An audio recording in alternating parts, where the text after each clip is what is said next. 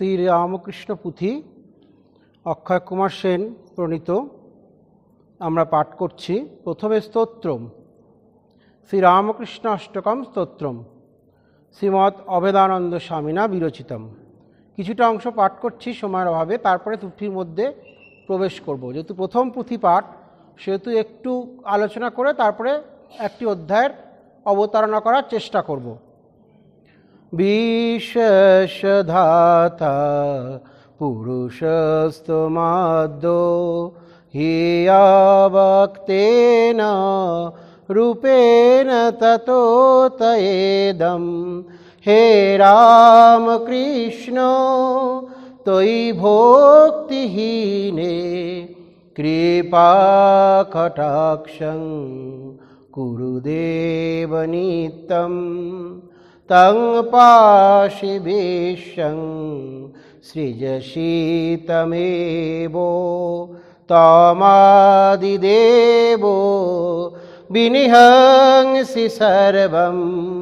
হে রামকৃষ্ণ তয়ি ভক্তিহীনে কৃপা কটাক্ষং কুরুদেব নিত্যং। মায়াশ্রমাশ্রিত করোষি লীলাং ভক্তাং সমুদ্ধরতু মনন্তমূর্তে। হে রামকৃষ্ণ তয়ি ভক্তিহীনে কৃপা কটাক্ষং কুরুদেব নিত্যম। বিধৃত্ররূপং নরবত্তয়া বৈ বিজ্ঞাপিতো ধর্মো ইহাতি গুহ্য। হে রামকৃষ্ণ তয়ি ভক্তিহীনে কৃপা কটাক্ষং কুরুদেব নিত্যম। কৃপা কটাক্ষং কুরুদেব নিত্যম। কৃপা কটাক্ষং কুরুদেব নিত্যম। শ্রী শ্রী রামকৃষ্ণ পুঁথি অক্ষয় কুমার সেন মাস্টারমশাইয়ের, যিনি রচয়িতা। এই পুঁথিতে বিশেষভাবে এই যে স্বামীজি তাকে শাকচুন্নী মাস্টার আখ্যা দিয়েছিলেন, তাতে কি বলা আছে? জনে জনে আখ্যা দিল নরেন্দ্র এখানে, সৌভাগ্যা বিদিত হইনু শাকচুন্নী নামে। এই পুঁথির যে রচয়িতা, তিনি ছিলেন কি, তাহার বর্ণ ছিল ঘন কৃষ্ণ বর্ণ এবং শরীর রুগ্ন ও মধ্যমাকৃতি, সমস্ত মিলিয়া প্রায় কদাকার বলিলেই হয়। স্বামীজি সম্ভবত এই জন্যই রহস্যপূর্বক তাহাকে এই নাম দিয়াছিলেন। কলকাতায় ঠাকুরদের বাড়িতে বালকদিগকে পড়াইতেন বলিয়া তাহার অপর নাম ছিল অক্ষয় মাস্টার। শ্রীরামকৃষ্ণ পুঁথি রচনা করিয়া ইনি অক্ষয় কীর্তি লাভ করিয়াছেন। এই পুঁথির প্রশংসায় স্বামীজি শতমুখ ছিলেন। তার কণ্ঠে তিনি আবির্ভাব হচ্ছেন ধন্য শাকচুন্নী। আমি তার পুঁথি পড়ে যে কি আনন্দ পেয়েছি তার কি বলবো। আরে মোর শাকচুন্নী, তোরে প্রাণ খুলে আশীর্বাদ করছি ভাই। শাকচুন্নী বাংলার জনসাধারণের ভাবী বার্তাবহ। এইভাবে স্বামীজি তাকে আশীর্বাদ করেছেন। আর বই যখন পড়া হয়েছে পুঁথি, তখন স্বামীজি কি বলছেন? শাকচুন্নীর বই এইমাত্র পড়লাম, তাকে আমার লক্ষ লক্ষাধিক প্রেমালিঙ্গন দিবে। তার কণ্ঠে তিনি আবির্ভাব হচ্ছেন ধন্য শাকচুন্নী। শাকচুন্নী ওই পুঁথি সকলকে শোনাক, মহোৎসবে শাকচুন্নীর পুঁথি সকলের সামনে যেন পড়ে। পুঁথি অতি বড় যদি হয় তো চুম্বক চুম্বক করে যেন পড়ে। শাকচুন্নী একটাও আবোল তাবোল তো লেখে নাই। আমি তার পুঁথি পড়ে যে কি আনন্দ পেয়েছি তার কি বলবো। শাকচুন্নীর পুঁথি যাতে খুব বিক্রি হয়, সকলে পড়ে মিলে চেষ্টা করবে, তারপর শাকচুন্নীকে গায়ে গায়ে প্রচার করতে যেতে বলো। বাহবা সাবাস শাকচুন্নী, সে তার কাজ করছে, গায়ে গায়ে যাক, লোককে তার কথা শোনাক, এর চেয়ে তার আর কি ভাগ্য হবে। এই হচ্ছে বিশেষভাবে কি না স্বামী বিবেকানন্দ তার শাকচুন্নীকে তিনি আশীর্বাদ করছেন এবং তার প্রচার করছেন। তারপরে কি শ্রীরামকৃষ্ণদেব সম্বন্ধে স্বামীজি কি বলছেন, বেদ বেদান্ত আর সব অবতার যা কিছু করে গেছেন তিনি একলা নিজের জীবনে তা করে দেখিয়ে গেছেন। তার জীবন না বুঝলে বেদ বেদান্ত অবতার প্রভৃতি বোঝা যায় না। কেননা হি ওয়াজ এক্সপ্লেনেশন, তিনি ব্যাখ্যা স্বরূপ ছিলেন। তিনি যেদিন থেকে জন্মেছেন সেদিন থেকে সত্যযুগ এসেছে। এখন সব ভেদাভেদ উঠে গেল। আচণ্ডাল প্রেম পাবে, মেয়ে পুরুষ ভেদ, ধনী নির্ধনের ভেদ, পণ্ডিত বিদ্বান ভেদ, ব্রাহ্মণ চণ্ডাল ভেদ সব তিনি দূর করে দিয়ে গেলেন। আর তিনি বিবাদ ভঞ্জন, হিন্দু মুসলমান ভেদ, খ্রিস্টান হিন্দু ইত্যাদি সব চলে গেল। ওই যে ভেদাভেদের লড়াই তা অন্য যুগের, এ সত্য যুগে তার প্রেমের বন্যায় সব একাকার। এই পুঁথির মধ্যে শ্রীরামকৃষ্ণের জন্মলীলা থেকে তার শরীর যাওয়া পর্যন্ত বর্ণনা আছে। সমস্ত লীলার যে সম্মুখীন হয়েছিলেন মাস্টারমশাই এই অক্ষয় কুমার সেন, তিনি সেইটিকে পুঁথির মধ্যে বর্ণনা করেছেন। সেই বর্ণনাতে কিন্তু কখনো কখনো মাস্টারমশাই শ্রীম ছিলেন, কখনো কখনো বলরাম বসু ছিলেন, আবার কখনো কখনো তারা ছিলেন না, আবার শারদানন্দ মহারাজ ছিলেন, কখনো কখনো তিনি ছিলেন না। সেই জন্য এই পুঁথির বর্ণনাটির সাথে লীলা প্রসঙ্গের বর্ণনা, শ্রীরামকৃষ্ণ কথামৃতের বর্ণনার অনেক ক্ষেত্রে মিল পাওয়া যায় না। কিন্তু তবুও শ্রী মা এবং স্বামী বিবেকানন্দ তাকে আশীর্বাদ করেছেন। তাই তার বর্ণনায় যে লিখিত পুঁথির শ্রীরামকৃষ্ণের চর্চা আছে সেটি কিন্তু ঠিক ঠিক সত্য এবং সেটি অনুধাবন অনুধ্যান যোগ্য। তা সেই পুঁথির একটি অধ্যায় আজকে আলোচনা করব, সেটি হচ্ছে অবতারবাদ। আর স্বামীজি ঠিক অবতার আলোচনা করেই কিন্তু এই আলোচনাটার মধ্যে প্রবেশ করছি। জয় জয় রামকৃষ্ণ বাঞ্ছা কল্পতরু, জয় জয় ভগবান জগতের গুরু, জয় জয় রামকৃষ্ণ ইষ্ট গোষ্ঠীগণ, সবার চরণ রেণু মাগে আদম। জয় জয় রামকৃষ্ণ বিশ্বগুরু যিনি, জয় মাতা শ্যামাসুতা জগৎ জননী, জয় জয় যাবতীয় ভক্ত দোহাকার, এ আধম পদরাজ মাগে সবাকার। ভক্ত প্রিয় রামকৃষ্ণ ভকত বৎসল, ভক্তের কারণে সদা যেমন পাগল, নয়নের তারাতার ভক্ত নিচয়, অদর্শনে দিনমান অন্ধকারময়। লোকালয় ঠিক বোধ শ্মশানের পাড়া, বিরহ সন্তাপে ঝরে চক্ষে বাড়িধারা। রাত্রিকালে নিদ্রা নয় শয্যায় যাতনা, দুঃখ দূর হেতু হয় শ্যামায় প্রার্থনা। অল্প বয়ে ভক্তগণ নিজ নিজ ঘরে, মা বাপের তাড়নায় আসিতে না পারে। সেই হেতু দেখিবারে ভকতের দলে, আকুল অন্তরে যান শহর অঞ্চলে। প্রধান বৈঠক হয় আসিয়া শহরে, মহাভক্ত বলরাম বসুর মন্দিরে। শ্রীরামকৃষ্ণ তার সাধনার মুখ্য উদ্দেশ্যই হচ্ছে ব্রহ্মকুণ্ডলিনী জাগরণ করার জন্য। তিনি ভক্তের প্রভু, তাই তিনি দিবারাত্র ভক্তের চিন্তা করেন আর সাধনা করেন। সেটি দক্ষিণেশ্বরে তিনি আছেন, সেখানে করেন। আর আজকে তিনি সেই বলরাম ভবনে বলরাম বসুর বাড়িতে এসে উপস্থিত হয়েছেন, সেটি কলকাতা শহরে। সেখানে সেই বলরাম বসুর ভবন কিন্তু সেটি সাধারণ বলরাম ভবন নয়। শ্রী চৈতন্যদেব যেমন লীলা করেছেন শ্রীবাস অঙ্গনে, ঠিক বলরাম বসুর যে ভবন সেটিও ঠিক যেন সেই শ্রীবাস অঙ্গন।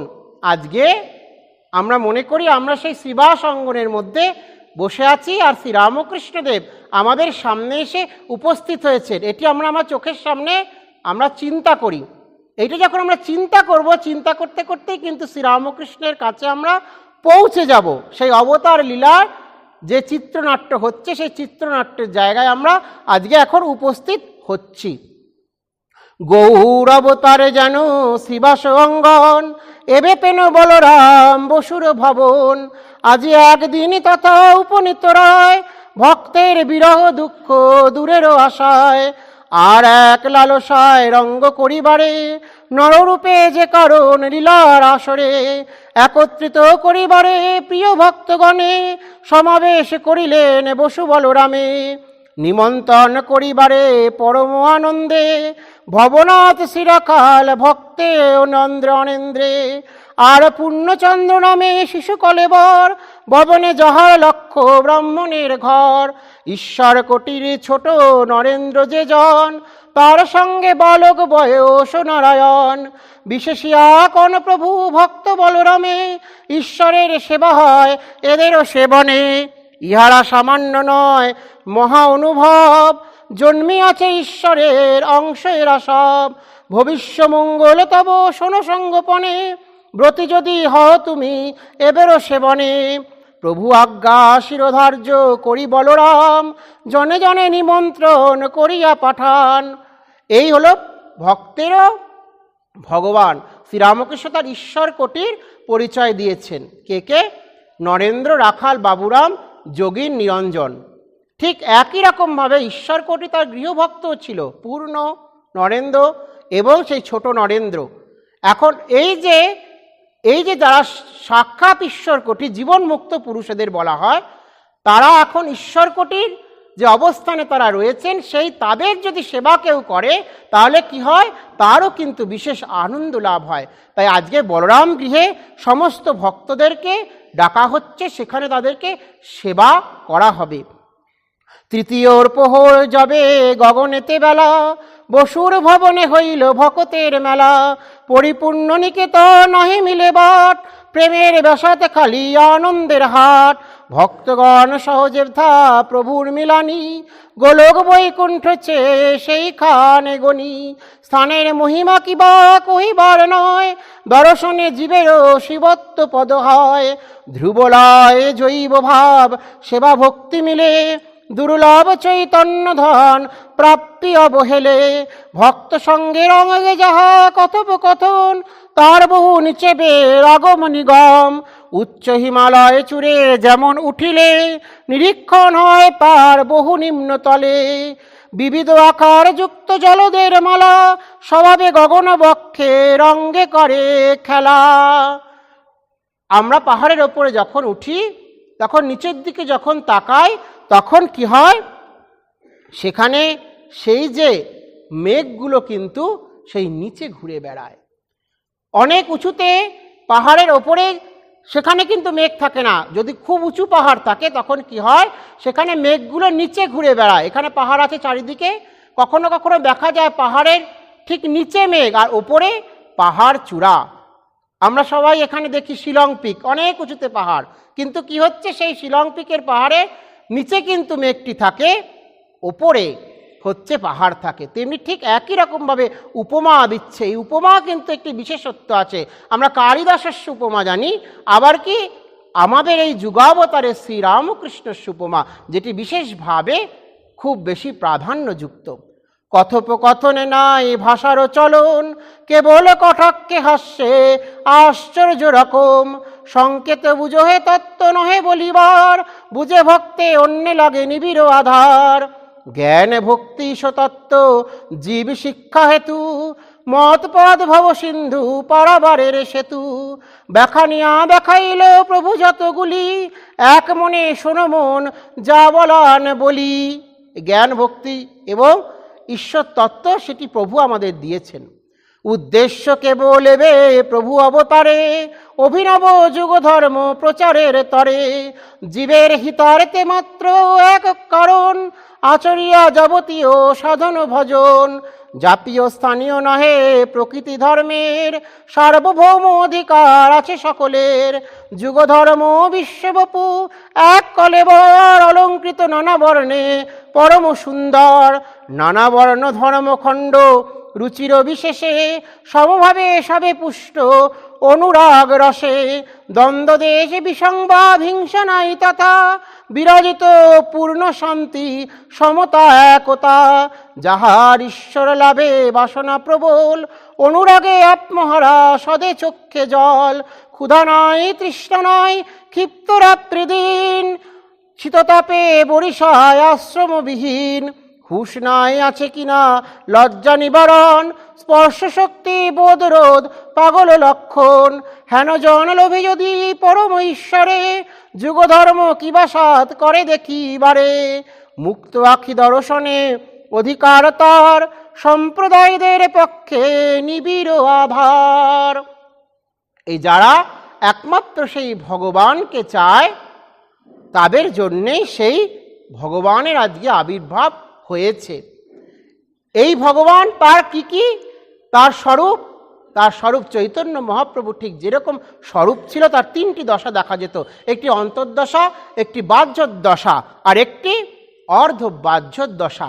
ঠিক একই রকমভাবে যখন শ্রীরামকৃষ্ণ অবতার এসেছেন ঠিক তার মধ্যে একই রকমভাবে দশা দেখা যাচ্ছে এবং তার মন কি আর চলো নাই কাজ এ সংসারে যাই চলো সেই নগরে, যেটা দিবানিশি পূর্ণ শশী আনন্দে বিরাজ করে। এই ঠিক শ্রীরামকৃষ্ণের ঠিক এই একই রকম দশা। গুরুদাস বলে কেঁদে তাই আর বিচারে কাজ নাই।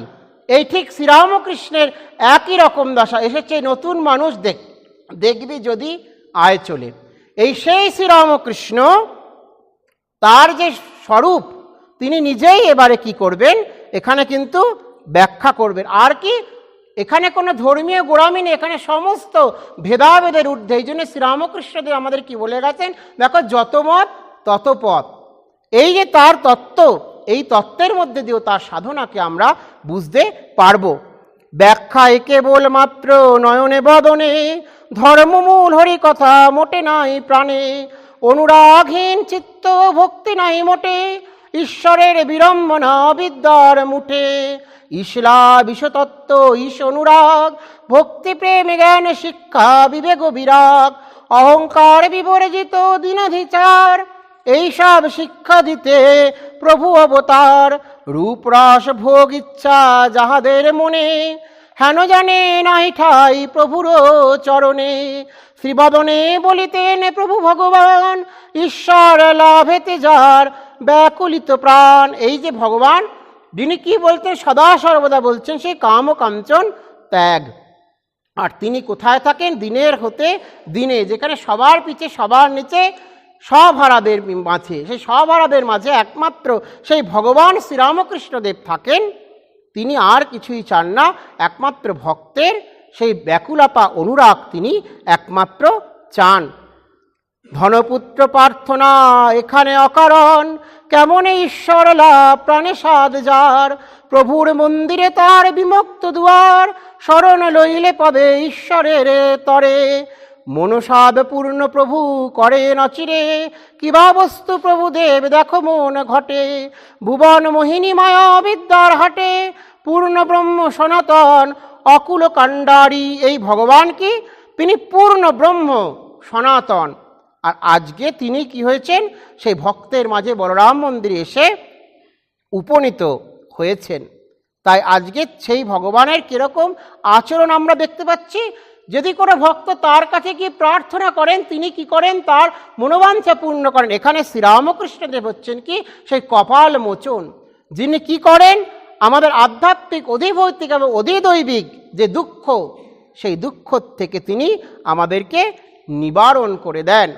সৃষ্টিরূপে নিজে স্রষ্টা পরম ঈশ্বর সত্তাপার প্রতি অনুরেণুর ভিতর যদি কহ অংশমাত্র বিরাজ তাহার শিরোধার্য কথা মুই করিনু স্বীকার পদতলে দলিয়ুতি তুচ্ছ দুর্বাদল বল দেখি বুঝিবারে আছে কার বল পূর্ণ অবস্থায় যার অবদ্ধ চরিত অংশেতে সেই মত বুঝিবে নিশ্চিত। এই পূর্ণ তিনি পরব্রহ্মস্বরূপ সেই শ্রীরামকৃষ্ণ, যার চিন্তা বেদ বেদান্তের দ্বারা আমরা করতে পারি না, যার চিন্তা সে তত্ত্বের মীমাংসায় হতে পারে না। সীমাবদ্ধ আধারেও 16 আনা খাড়া তত্ত্বের মীমাংসেতু ভক্তদের সনে। এই তত্ত্বের মীমাংসার জন্য ভগবান আজকে এখানে এসে উপনীত হয়েছেন। অবতারের কথা কথোপকথনে শিববনে বলিলেন যাহা গুণমণি। এইবারে কি এই যে অবতার হচ্ছে কি স্বীয় নিজ প্রকৃতি মায়া অবলম্বন করে অবতার আবির্ভূত হন সেই ব্রহ্মের অংশ থেকে বিচ্ছুরিত হয়ে। এখন সেই অবতার যে কিরকম সেটা এবার স্বয়ং শ্রী রামকৃষ্ণ অবতার তিনি কি করছেন, তিনি বলছেন। কি করে বলছেন? তিনি তার স্বরূপকে কিন্তু প্রকাশিত করে দিয়ে যাচ্ছেন। শোনো তবে কহি কথা অমৃতের খনি, বিশ্বগুরু শ্রীপ্রভুর রঙ্গ এই দিন। সমাগত বহু ভক্ত নবীন প্রবীণ, তত্ত্বকথা গাফা গাফা চলিছে কেবল। যাহাপে প্রমত্ত চিত্ত ভকত সকল, অতপর লীলা কথা ভক্তদের শনে। শিববনে বিগলিত হইল আজ দিনে, যতন সহিত মন করো আর অবধান। শ্রবণে কীর্তনে লীলা পরম কল্যাণ, পাৎসিকা বুদ্ধিযুক্ত গিরিশধিমান। পরম বিশ্বাসী ভক্ত মহাভাগ্যবান, উত্থাপন কইল কথা প্রভুর গোচর। নরেন্দ্র বলেন সেই পরম ঈশ্বর, অনন্ত অখণ্ড তিনি একমাত্র সার। কখনো তাহার খণ্ড নয় হইবার, হেন উত্থাপন কেন শুনো বিহিত। গিরিশে নরেন্দ্র দুয়ে মদ বিপরীত, বিশ্বাসী গিরিশচন্দ্র মানে অবতার। নরেন্দ্র তাহাতে নাহি করেন স্বীকার, পরস্পর প্রতিদ্বন্দ্বী তর্কদ্বন্দ্ব করে। উভয়ের মহাবীর শ্বশুর সমরে, মীমাংসার হেতু সেই তত্ত্ব গুরুতর। গিরিশ তুলিল তাই প্রভুর গোচর, প্রভুর উত্তর তবে করো অবদান। যতই হন বড় বিভু ভগবান, সার বস্তু তাহার ধ্রুব সম দিতে পারে। 14 পা পরিমিত নরকলে বরে, নরদেহে অবতারে আসেন ধরায়। উপমা ধরিয়া তাহা বুঝানো না যায়। গিরিশচন্দ্র ঘোষের সাথে নরেন্দ্রনাথের তর্ক হচ্ছে। গিরিশচন্দ্র ঘোষ তো বলছেন শ্রীরামকৃষ্ণ অবতার, কিন্তু নরেন্দ্রনাথ বলছেন পরম ঈশ্বর ইত্যাদি। তিনি তো বিচার করছেন বেদান্তের দিক থেকে। এখন ঘটনা যেটা, এর মীমাংসক সেই স্বয়ং প্রভু। তুলনায় কিঞ্চিত আভাস প্রাপ্তি হয়, অনুভব প্রত্যক্ষের গোচর বিষয়। এই যে অবতার, একে একমাত্র অনুভব ছাড়া কিন্তু বোঝা যাবে না। অবাং মনস গোচর, বোঝে যার বোঝে প্রাণ। তাই এই ভগবানকে একমাত্র অনুভূতি দ্বারাই একমাত্র বোঝা যায়, গুরুর কৃপায় একমাত্র বোঝা যায়। অনন্ত ঈশ্বর গাভী উপমা এখানে, পদসিংহ কিবা তার অন্য কোন স্থানে। পরশন কর যদি বুঝিবে নিশ্চয়, সেই গাভীকেই পরশন হয়। একটা গরু আছে, গরুর যদি আমরা লেজ ধরি তাহলে আমরা বুঝতে পারি কি, তাহলে সেটি গরু। যদি আমরা গরুর কান ধরি তাহলে আমরা বুঝতে পারি সেটি গরুই, সেটি আর অন্য কোনো বস্তু নয়। ঠিক একই রকমভাবে এই অবতারকে বোঝাও, কিন্তু তার বিশেষত্ব আছে। আমরা সেই অংশে আবার দেখুন প্রবেশ করছে। এবারে কি, গাভীর সারাংশ দুধ জানা চরাচরে, লেজে সিংহে নহে মিলে বাটের দুয়ারে। সেই রূপ অনন্তের তত্ত্ব পরিচয়, মিলে মাত্র অবতারে অন্যত্রতে নয়। এই একমাত্র অবতারে সেটি মিলে। যেমন গরুর গাভীতেই দুধ থাকে, তেমনি অবতারের মধ্যেই সমস্ত শক্তি কিন্তু নিহিত থাকে। প্রাণ কৌতূহলী বুলি শুনি শিবদনে, গিরিশ পুনশ্চ কন প্রভু সন্নিধানে। ঈশ্বর অনন্তপার নরেন্দ্রের মতে, সমস্ত ধারণা নাহি হয় কোনো মতে। ইহার উত্তরে কথা বলিয়া গোসাই, সমস্ত ধারণা তার আবশ্যক নাই। ঈশ্বরের বড় ভাব অবদ্ধ, যেমন এইটি হচ্ছে ঈশ্বরের ভাব। সেই ভাবটি কীরকম, সেটি কি অবদ্ধ। তাই কি অবতার দর্শনেই কিন্তু কি হয়, আমাদের ঈশ্বর দর্শন হয়। এই যদি আমরা অবতারকে দর্শন করি তাহলে কি হবে, আমাদেরকে ঈশ্বরেরও দর্শন হয়ে যাবে।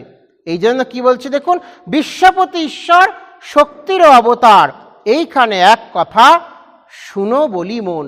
এই একমাত্র ঈশ্বরকে, তিনি বিশ্বপতি, তাকে যদি আমরা পাই তাহলে সমস্ত কিছু হবে। এইখানে অবতার ভাবে প্রভুর বচন, অবতার ভাবে প্রভু পরিষ্কার তার সেই আলোচনা করছেন। অবতার কখন আসেন, যখন দেখা যায় কি ধর্মের মধ্যে গ্লানি সৃষ্টি হয়েছেন, এই জন্য স্বামীজি কি বলছেন দেখুন, স্বামীজি বলছেন কি যে ভগবান মানুষের দুর্বলতা বোঝেন এবং মানুষের হিতের জন্যই মানুষ রূপে অবতীর্ণ হন।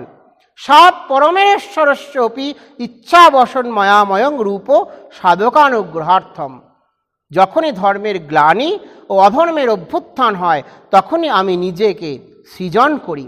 সাধুদের রক্ষা, পাপীগণের দুষ্কৃতি নাশ ও ধর্ম সংস্থাপনের জন্য আমি যুগে যুগে জন্মগ্রহণ করি। এই জন্য কি অবতার যুগে যুগে জন্মগ্রহণ করে সে ঈশ্বরকে কি করেন, তিনি রূপ ধারণ করে এসে সকল মানুষকে তিনি পরিত্রাণ দেন। এইবারে অবতারও ঠিক একই রকমভাবে এসেছেন। আচণ্ডালে প্রেম দিতে যৎক্ষণ সতত লোকাতীত করুণায় জীবহিত ব্রত প্রাণবন্ধু জানকীর তুল্য নাহি যার, তিনি এবে রামকৃষ্ণ পূর্ণ অবতার। বিক্ষণে মোহ যায়। এই শ্রীরামকৃষ্ণ দেবকে যদি আমরা দেখতে পাই, তাকে দেখেই একমাত্র আমাদের সমস্ত মোহ কেটে যেতে পারে। এই জন্য সেইটি হচ্ছে বিশেষ শক্তি, শ্রীরামকৃষ্ণের শক্তি।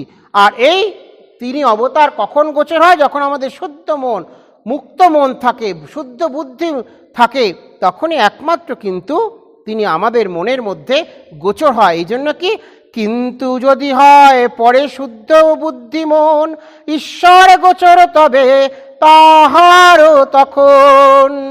অবিদ্যার আধিপত্য হৃদে যতক্ষণ, শুদ্ধ হইবার নহে বুদ্ধি কিবা মন। মন বুদ্ধি যুষ্টি বস্তু নামে কহা যায়, দুয়ে মিলে এক হয় শুদ্ধ অবস্থায়। বিশুদ্ধ অবস্থা যাবে দুয়ে নয় ভিন্ন, উভয়ের এক নাম তখন চৈতন্য। চৈতন্য হইলে কিবা ব্যাপার সুন্দর, চৈতন্যের বলে হয় চৈতন্য গোচর। তাহলে কি দাঁড়াচ্ছে, একটু অঙ্কের মধ্যে যেতে হবে। কিরকম, শুদ্ধ বুদ্ধি আর শুদ্ধ মন, এই দুটোকে যদি যোগ করি তাহলে কি হয়, চৈতন্য হয়। আর সেই চৈতন্য থেকেই কিন্তু আরেকটি চৈতন্য পাওয়া যায়, যার দ্বারা অবিদ্যা নাশ হয়। এই যখনই অবিদ্যা নাশ হবে তখনই আমরা সেই একমাত্র ভগবানকে পাবো। শুদ্ধ ভক্তি এবং শুদ্ধ জ্ঞানও তখন লাভ হবে। বাবুরাম মহারাজকে শ্রীরামকৃষ্ণ বলছে তোর শুদ্ধ ভক্তি হবে, আবার তোর শুদ্ধ জ্ঞানও লাভ হবে। এই জন্য কি, জ্ঞান নামে এই বেড়া হয় অভিমত, সতত সংলগ্ন সেই বেড়ারও সহিত। নিশ্চিত বুঝিবে তত্ত্ব কর অবধান, যে তারা এ ভক্তি সেথা জ্ঞান বিদ্যমান। উপমা ধরিয়া তবে শোনো বিবরণ, বন্যীর সতত সঙ্গে পবন যেমন। এই বেশে প্রভুদেব পরম ঈশ্বর, অন্তে জ্ঞান বাজ্যে গায়ে ভক্তির চাদর। হাতির দ্বিবিধ দন্ত যেন উপমায়, ভিতরে গোপন দন্তে ভোজ্য দ্রব্য খায়। মনোহর শুভ্রতর যুগল বাহিরে, সাধারণে সে কেবল প্রদর্শন তরে। জ্ঞান ভক্তি বুঝাইতে মঙ্গল নিধান, শোনো কিবা পিক কণ্ঠে গাইলেন গান। এই হচ্ছে কি শ্রীরামকৃষ্ণের সেই অবতার। আমরা কি করে বুঝবো, দেখুন একটি হাতি থাকে, হাতির কি ভেতরে একটি খুব সুন্দর লম্বা দাঁত থাকে, সেটি দেখে আমরা আনন্দিত হই। হাতির এত বড় দাঁত দেখি, সেই দাঁত আবার হাতির শরীর চলে গেলে সেই দিয়ে অনেক জিনিসপত্র তৈরি হয়, কিন্তু হাতির সেই দাঁতটি কাজে লাগে না। আসল যে দাঁতটি থাকে সেই দাঁতটি তার ভিতরে থাকে, আর সেই দাঁতটিতেই সে কিন্তু খাদ্য খেয়ে হজম করে থাকে। ঠিক অবতারেরও ঠিক সেই স্বরূপটি আমরা কি, অবতারকে আমরা বাইরে থেকে কখনোই বুঝতে পারবো না, একমাত্র তাকে অনুভূতির দ্বারা হৃদয়ের মধ্যে চিন্তা করেই কিন্তু বুঝতে পারবো। আজকে আমরা এখানে সবাই সমবেত হয়েছি, এই সমবেত স্থলে সেই ভগবানের কে যদি আমরা হৃদয়ের মধ্যে চিন্তা করতে পারি তাহলেই আমরা বুঝতে পারবো। আর শ্রীরামকৃষ্ণ একটি সেই সুন্দর গানও তাই গাইছেন পুঁথির মধ্যেই, সেটি আমরা পাই। যতনে হৃদয়ে রেখো আদরণী শ্যামামাকে, মন তুমি দেখো আর আমি দেখি, আর যেন তাই কেউ না দেখে। কামা দিয়ে দিয়ে ফাঁকি আয় মন বিরলে দেখি, রঙ্গ রসনারে সঙ্গে রাখি, সে যেন মা বলে ডাকে। কুরুচি কুমন্ত্রী যত নিকট হতে দিও নাকো, জ্ঞান নয়নে প্রহরী রেখো, সে যেন খুব সাবধানে থাকে।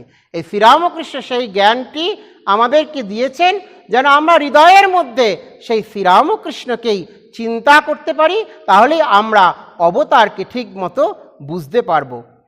দেশে দেবেশ দুর্লভ জ্ঞান ভক্তি পার্থে যেবা, এক পায় পাহাড় প্রভুর পদ সেবা, শ্রীপদ সেবনে পুরে পূর্ণ মনস্কাম, চরণ দুখানে কল্প তরু মূর্তিমান। এই আমরা শ্রীরামকৃষ্ণের চরণটি একমাত্র বন্দনা করি, সেই চরণটিকে হৃদয়ের মধ্যে রাখার চেষ্টা করি। পুথিকা সেই অপূর্ব রসে, ভক্তি রসে সেই অপূর্ব শ্রীরামকৃষ্ণকে চিন্তা করেছেন। সম্পদ পাব শ্রীপদ ভব, গোষ্পদ বাড়ি যথায়। শ্রীরামকৃষ্ণের চরণ হৃদয়ের মধ্যে আমরা রেখে আজকে পুঁথিপাঠ এখানেই শেষ করছি। সকলের মঙ্গল হোক। জয় জয় রামকৃষ্ণ বাঞ্ছা কল্পতরু, জয় জয় ভগবান জগতের গুরু, জয় জয় রামকৃষ্ণ ইষ্ট গোষ্ঠীগণ, সবার চরণ রেণু মাগে অধম, সবার চরণ রেণু মাগে অধম, সবার চরণ রেণু মাগে অধম। ওম শান্তি শান্তি শান্তি। হরি ওম তৎসৎ। শ্রীরামকৃষ্ণার্পণমস্তু।